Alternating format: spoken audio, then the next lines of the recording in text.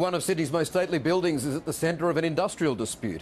The judges who run the Industrial Relations Commission have launched legal action in their own court to stop the government moving them out of the historic Chief Secretary's building on Bridge Street. The government wants the commission relocated to Parramatta.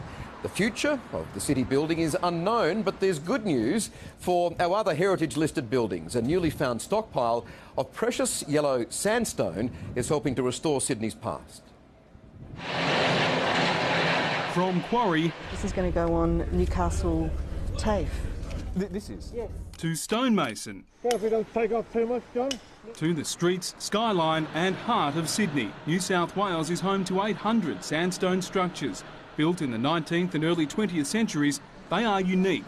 Many crafted from the yellow blocks stonemasons regard as the best in the world. It's very rare. And as the city develops more and more, it's going to become rarer and rarer to get. This yellow block road has been harvested over 6 months, just in time as the supply was running out.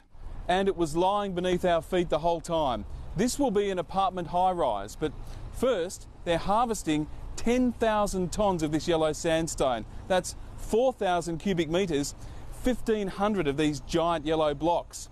That will replenish the heritage stonework supply for another 10 years, and blocks taken from here are already being added to buildings around Sydney. Sydney Hospital is currently being restored as fast as the stone can be cut, carved and shaped. The stonemasons, the sculptors call it a freestone, and that's what's very special about this Sydney yellow block.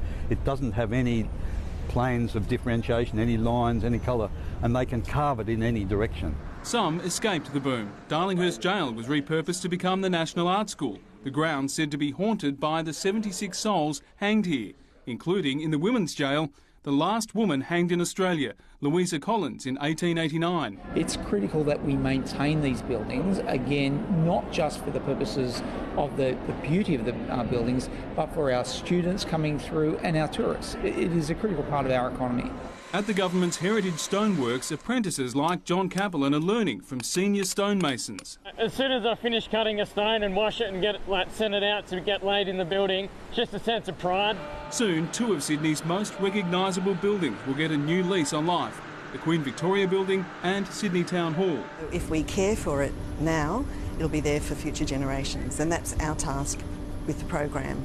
Developments planned for the Sydney fish markets and the Rozelle rail yards may uncover huge, even bigger deposits. Brian Seymour, 7 News.